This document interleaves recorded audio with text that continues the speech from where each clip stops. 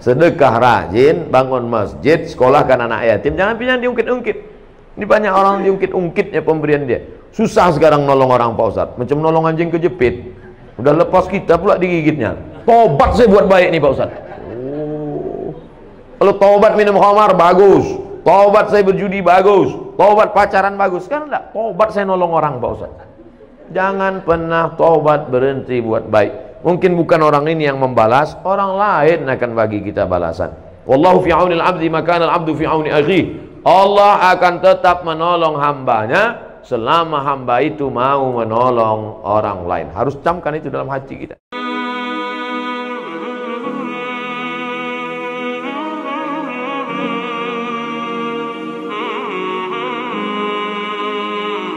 Adapun yang sanggup puasa sunat, bagus. Apalagi untuk ibu-ibu, bagus banyak puasa sunat. Bapak-bapak, bagus banyak puasa sunat. Saya suruh mahasiswa-mahasiswa itu kalian puasa sunat. Untuk apa Pak Ustadz? Mengirit belanja. Puasa sunat untuk apa Pak Ustadz? Mengurangi tekanan darah tinggi, kolesterol. Semua puncak mari penyakit adalah makanan. Al-ma'idatu baitu kulli da. Lambung sumber segala macam penyakit. Asyaitanu yajri majran dam. Setan mengalir dalam aliran darah. Kalau kamu mau kurangi alirannya, kalau kamu mau persempit lalu lintas setan, kurangi makan. Ustaz Somad ini nyindir kami makan nih, enggak. Saya makan tuh tergantung undangan jamaah.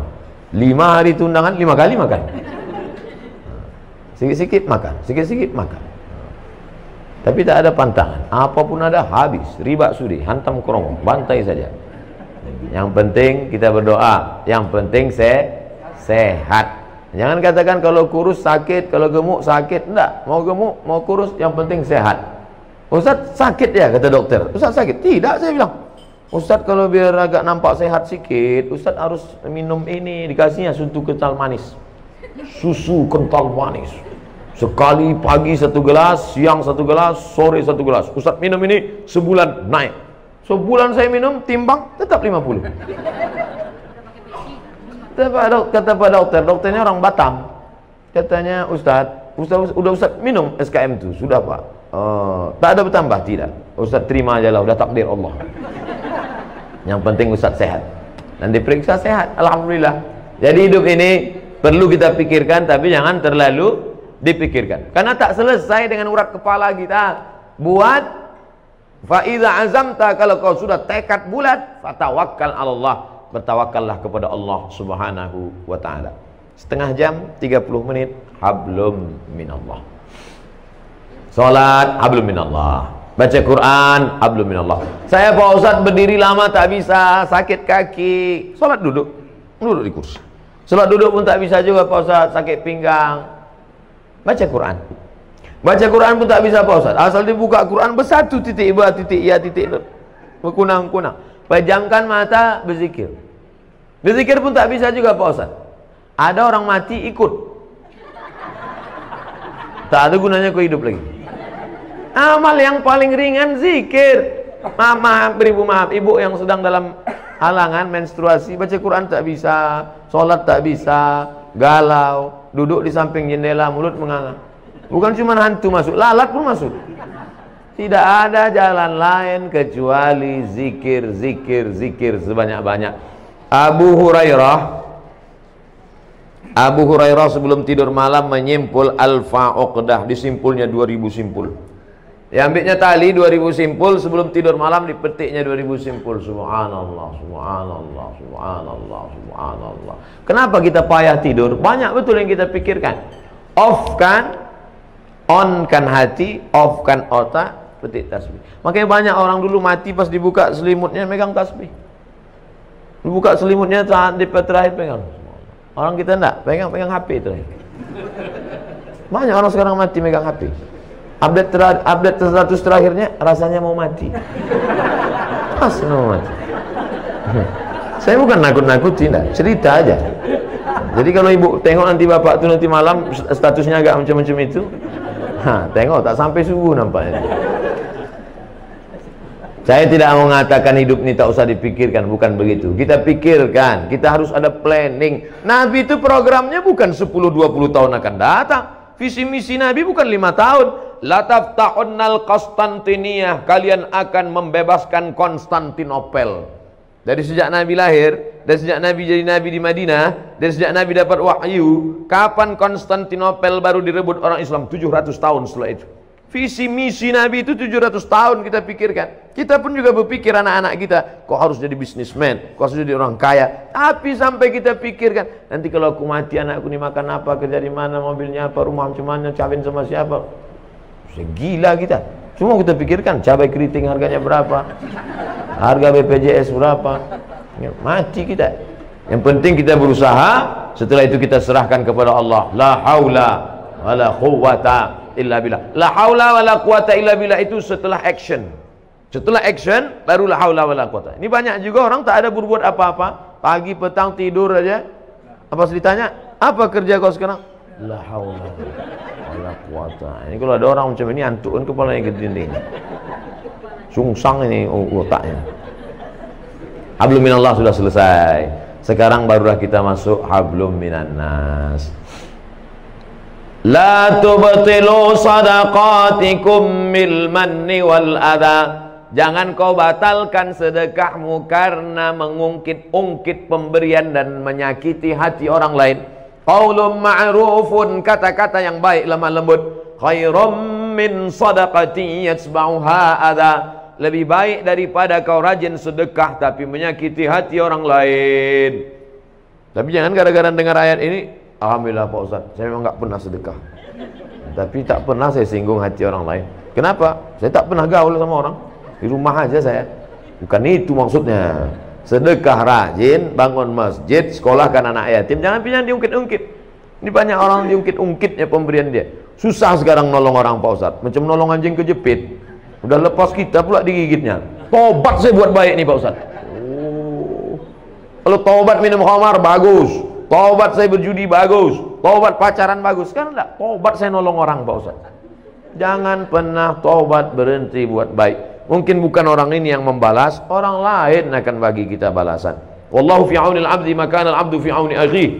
Allah akan tetap menolong hambanya selama hamba itu mau menolong orang lain. Harus camkan itu dalam hati kita. Makanya saya pikir-pikirkan itu, bahwa dia mau membalas tak mau membalas terserah dia, bahwa orang buat jelek sama kita terserah dia. Hidup kita ini sekali kita buat betul baik-baik. La yabitu syab'an, tidak dianggap dia beriman kepada Allah walaupun puasa sunatnya banyak, walaupun tahajudnya banyak, walaupun ke Makkah bolak-balik. Laisa bil mu'min, tidak dianggap beriman. Alladzi yabitu sab'anan wa jaruhu ila jambihi ja'i'un, sanggup dia tidur lelap, tetangga di sebelah rumahnya kelaparan. Makanya harus kita cek nih tetangga-tetangga kita nih, 40 ke depan, 40 ke belakang, 40 ke kiri, 40 ke kanan. Cek. Tak ada Pak Ustaz, kami tinggal di komplek elit orang-orang kaya. Cari lagi, terus keliling, bagi fakir miskin, orang susah, anak yatim, panti jompo, panti asuhan. Makanya dari kurban saya sampaikan itu, di komplek-komplek jangan lagi dipotong kambing, kerbau, lembu di komplek kita. Cukup potong 1 ekor kambing, bagi agak 2 ons setengah kilo, sudah. Banyak juga orang di komplek itu tak makan kambing. Saya Pak Ustaz jangan kan makan kambing, nengok kambing itu udah kumat darah tinggi saya. Serahkan ke kampung-kampung, serahkan ke kecamatan-kecamatan, dinikmati orang lain. Islam tidak hanya mengajarkan kita simpati, kasihan, lebih daripada simpati, empati. Makanya beli beras 10 kilo, beli minyak 1 kilo, beli gula 1 kilo, beli ikan, sarden, beli roti, bungkus, antarkan, sepaket. Yang saya ceramahkan ini yang sudah saya buat. Yang tak saya buat saya takut nyampaikannya. Karena kalau kita sampaikan, kita tak membuat, itu lebih dulu kita masuk neraka lagi. Nah, jadi tiap bulan dibungkuskan itu, dibagikan ke fakir miskin. Itu yang saya sebut tadi, yang sesuai kemampuan saya lah. Saya hanya 10 kilo, gula 1 kilo, minyak 1 kilo, habis itu roti, habis itu sarden 10 kaleng, habis itu susu 10 saset. Nah, itulah yang sanggup. Kalau ibu bapak lebih daripada itu, bagus. Itulah yang akan menolong kita di hadapan Allah. Habis orang susah, miskin, anak yatim itu makan, dia pun mengucapkan, alhamdulillah ya Allah, orang yang ngasih beras nih ya Allah, mudahkanlah urusannya. Mungkin doa kita tak menembus pintu langit. Doa dia bersyukur kepada Allah karena lidahnya tak makan riba, karena dia bersih, berharap menumpang doa orang lain. Adapun yang kita makan, kita simpan, kita habis semuanya. Disimpan, simpan sampai tak menetes sedikit. Bakhil, bin pelit, bin medit, bin kedekut, bin tak apalah lagi. Apalah bapak ibu nasab keturunannya itu. Sampai akhirnya tak ada setetes pun lagi menetes. Habis. Hidup ini cuman makan pakai, dimakan dipakai, dimakan dipakai, habis. Ma'akalta yang kau makan busuk, wa malabista yang kau pakai lapuk, wa matasaddaqta yang kau sedekahkan. Itulah yang akan kau bawa menghadap Allah Subhanahu wa taala. Makanya senang saya silaturahim begini. Datang bertamu ke rumah, buat pengajian. Man ahabba yusatolahu fi rizqihi, siapa yang mau lapang rezekinya, wa yunsa'alahu fi atharihi, panjang umurnya, falyasil rahimahu, sering-sering menyambung tali silaturahim. Bulan depan buat rumah ibu, bulan depan buat rumah bapak, bulan depan rumah bapak. Tapi yang diingat pulang pengajiannya. Ini banyak juga. Apa yang kau ingat tadi? Di rumah si Anu toco, rumah si Anu kemarin ini, di rumah si Ani. Makanan itu bagus juga. Karena dalam Islam diajarkan absus salam, tebarkan salam, tut'imut ta'am, kasih makan, tusalli wan nasu niyam, salat waktu orang tidur, tadkhulul jannata bisalam, masuk surga dengan selamat. Pertama, kasih salam. Kedua, kasih makan. Ketiga, salat waktu orang tidur. Keempat, masuk surga dengan selamat. Mudah-mudahan kita termasuk golongan itu insyaallah. La yukallifullahu nafsan illa wus'aha. Allah tidak membebani kita lebih dari kemampuan kita. Payah Pak Ustaz ngasih bantuan. Di mana saya mau ngasih bantuan? Datangi Ustaz kita. Ada sekolah Al-Islam. Di sana ada santri lebih 1000 orang. Tanya, berapa guru yang belum digaji? Berapa anak santri yang belum bayar uang sekolah? Berapa yang bukunya sobek koyak? Berapa yang sepatunya belum? Tanya, tengok. Belikan bantuan. Itulah yang akan menolong di hadapan Allah Subhanahu wa taala. Kalau bisa gitu kita lakukan, mati kita. Saya Bapak Ibu sudah banyaklah melewati kota daerah yang 20-30 tahun lalu itu rumah orang-orang kaya, itu pejabat-pejabat tinggi. Tapi saya tanya sekarang, mana si Bapak Anu Fulan dulu? Udah meninggal, mana si Bapak Anu rumah? Udah dijual. Mana mobil dia yang mahal dulu? Sudah dibagi-bagi, tinggal, habis semuanya. Masuk ke dalam liang mahat, mati dimakan cacing tanah. Yang kekal abadi. Itulah yang dalam catatan malaikat, inna alaikum lahafizin kiraman katibin ya'lamuna ma taf'alun. Reuni-reuni itu ada juga bagusnya. Saya ketemu sama reuni kawan-kawan SD dulu, kemudian di pesantren dulu ada alumni SMP, SMA. Saya tengok lah, waktu ketemu alumni SD, SMP, saya tengok, kasihan ya. Udah keriput-keriput lah kalian ini. Tua-tua lah kalian ya. Rupanya mereka pun nengok saya gitu juga. Tua kali lah muka kau mat. Begitulah rupanya. Tak sangka kita, karena kita merasakan pagi, petang, siang, malam, pagi, petang, siang, malam, pagi, petang, siang, malam, jalan sana, jalan sini. Kita rasa hidup ini begini juga. Begitu kita jumpa kawan-kawan kita, anak-anak yang sudah besar, sudah bercucu. Oh, rupanya udah lama kita hidup ini. Sepatu kalau sudah terlalu lama dipakai, mulailah tipis tapaknya.